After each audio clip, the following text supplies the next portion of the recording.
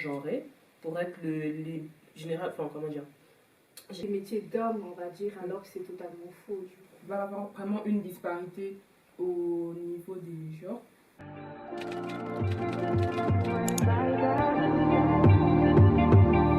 Pourquoi les femmes doivent-elles prouver 2 fois plus que les hommes? Bonjour et bienvenue dans Ingénieuse Perspective, je m'appelle Elvie Makanga et aujourd'hui on va parler de la place de la femme dans les domaines scientifiques. Aujourd'hui je suis avec Belle, bonjour Belle. bonjour, Je suis avec Colette également, bonjour Colette. bonjour, Et je suis avec Donia, bonjour Donia. Bonjour. Vous êtes toutes trois étudiantes en 4e année d'ingénierie à l'ESEP, donc toutes de spécialités différentes. Et aujourd'hui, j'ai une question pour vous. Est-ce que vous avez déjà vécu une situation où votre compétence a été mise, disons, en cause à cause d'un genre? bah moi oui. Pour continuer dans la même lancée que LJ, en gros moi je suis étudiante en informatique et réseau, spécialité objets connectés. Et il faut savoir que dans ma salle, nous sommes très peu de filles. Vraiment, pour 20 élèves, on compte 2 filles. Et c'est une spécialité assez technique dans la mesure où on travaille avec des outils bien spécifiques, des microprocesseurs, des oscilloscopes, etc. Et c'est des appareils qui ont été généralement genrés pour être enfin, comment dire, généralement, c'est les hommes qui les utilisent.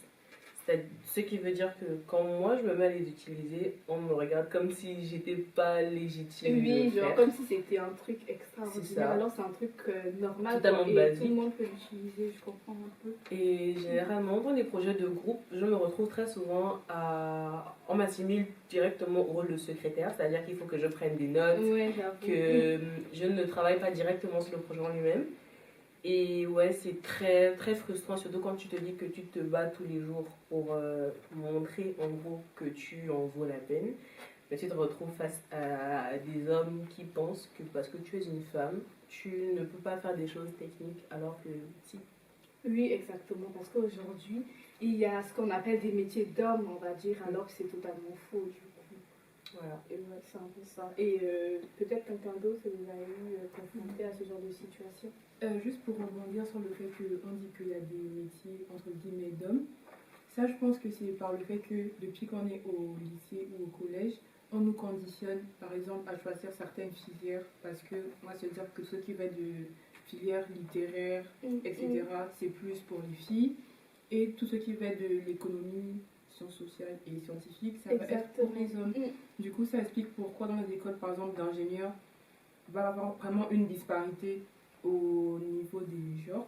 Et comme disait Colette, on n'est pas vraiment reconnu du fait du travail qu'on peut apporter, mais vraiment comme si en fait on servait juste à décorer, où les notes qu'on avait venaient pas de nos compétences, mais de choses qu'on ferait pour avoir de bonnes grâces aux yeux de certains professeurs, alors que on est tout autant méritant que les hommes en fait.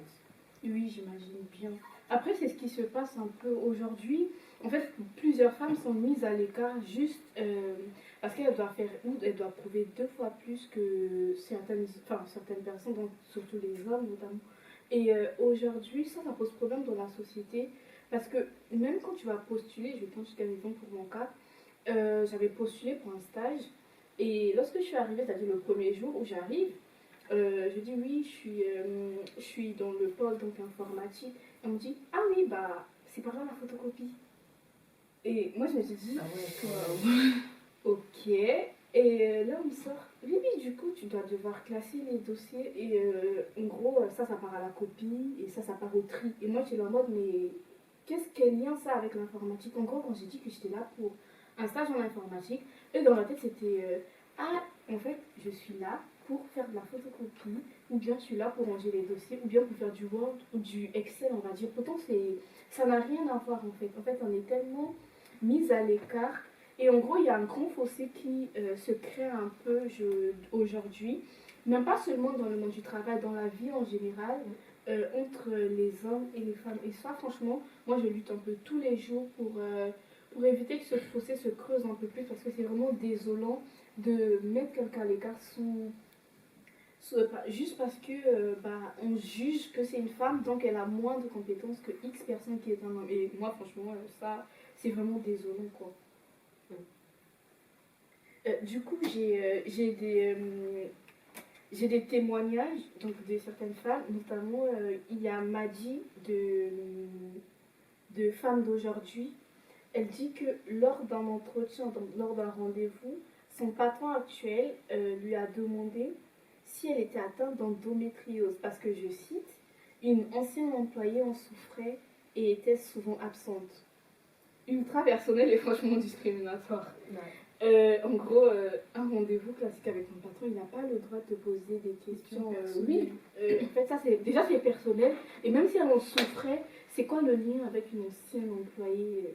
C'est ça. En fait. Et dites-vous que j'ai revu un peu les dates, j'ai essayé de regarder un peu les dates sur internet. Dites-vous que en 907, il y avait eu le droit à disposer d'un salaire. Donc une loi en France permettait aux femmes mariées sous le régime de la communauté des biens de disposer librement de leur salaire. Donc leur mari garde cependant la possibilité de faire retirer ce pouvoir devant les tribunaux si elles en abusent. Là.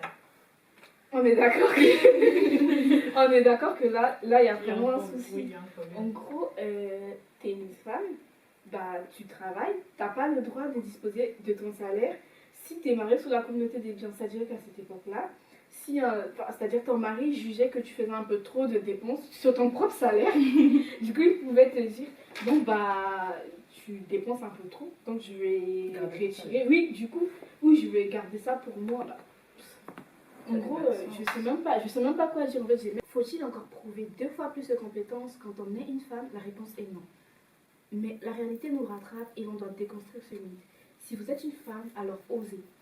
Merci à nos invités, merci à Belle, merci à Colette et merci à Dunia de leur temps et d'avoir partagé leurs réflexions et vos réflexions aujourd'hui. Franchement, j'ai tellement adoré et j'aimerais encore vous recevoir peut-être pour une prochaine vidéo.